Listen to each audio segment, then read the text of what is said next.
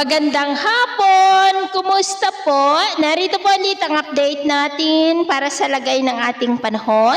Ngayong hapon po ng November 18, 2025. Sa ngayon po ay wala tayong binabantayan na sama ng panahon sa loob at labas ng ating area of responsibility, pero may amihan na nakakaapekto hanggang dito sa Northern Luzon, shear line sa southern part ng Luzon, easterly sa Visayas, at intertropical convergence zone sa may Mindanao. And within that ITCZ po, gaya ninyong nakikita, ay may nabubuon na kumpol ng kaulapan at nagkakaroon na rin ng sirkulasyon, pero hindi naman po yan nakitaan na lalakas bilang bagyo. Sa atin pong long range forecast, wala pa naman pong bagyo na nakikita na tatawid dito sa ating bansa for the next 5 to 7 days.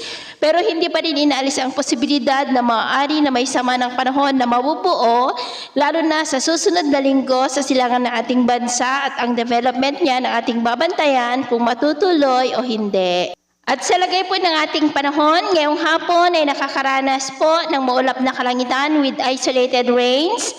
Ang ilang bahagi ng Cagayan Valley, Cordillera, La Union, Quezon, Lobo, Bicol Region, Mimaropa, Panay Island, Negros, Cebu, Bohol, Leyte, Samar Provinces, Sulu Archipelago, Zamboanga Peninsula, Northern Mindanao, Caraga, Davao Region at Sorsogon. At mamayang gabi po may mga isolated rains pa rin sa ilang bahagi ng ating bansa, kaya mag-ingat po tayo sa mga banta ng mga pagbaha at pagguho ng lupa. At sa atin naman pong mga baybayin, wala naman po tayong nakataas na namang gale warning signals, pero iba yung pag-ingat lamang po kung papalaot tayo para po mas makaiwas sa mga sakunang pangkaragatan. So ito po ang latest update natin sa araw na ito. Takapumuli si James na nagsasabing sa kahit na pagsubok po na darating sa ating buhay, huwag na huwag po tayong mawawalan ng pag-asa. Thank you and God bless!